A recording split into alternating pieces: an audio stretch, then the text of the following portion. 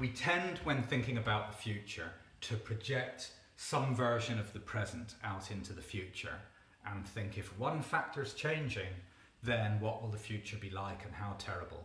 But we need to bring logic into this.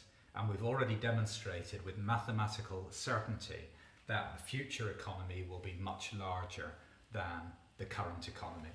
So this is what we tend to do. We say the current state of affairs, the current jobs that exist, the current skills that are in demand, the current size of the economy is projected out into a future economy which will be roughly the same size.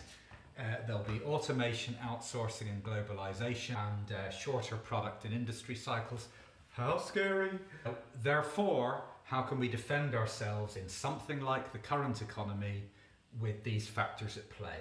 And we come up with conclusions like we need a higher level of skills, maybe more creativity, just to stay the same, just to keep our value in the economy the same, just to stand still.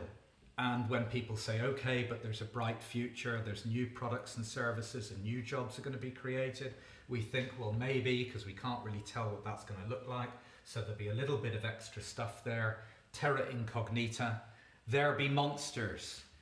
That's a little shark. That's to demonstrate the monsters.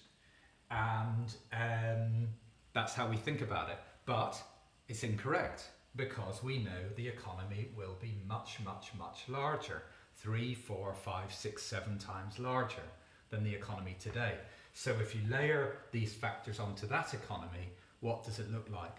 And what it looks like is the current economy is only a relatively small portion of the future economy.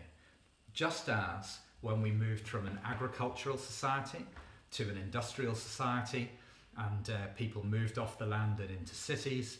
So in the agricultural age, the agricultural part of the economy was probably 90% of the overall economy.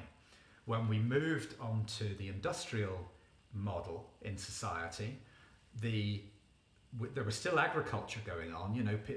The people were still eating and producing food, but it had become 10, 15% of the overall economy, and by far the largest part of the economy in the industrial age was things that didn't exist in the agricultural age, like mass-produced textiles and other mass-produced factory goods, consumer goods, trains, all kinds of things that were foreign to the agricultural age.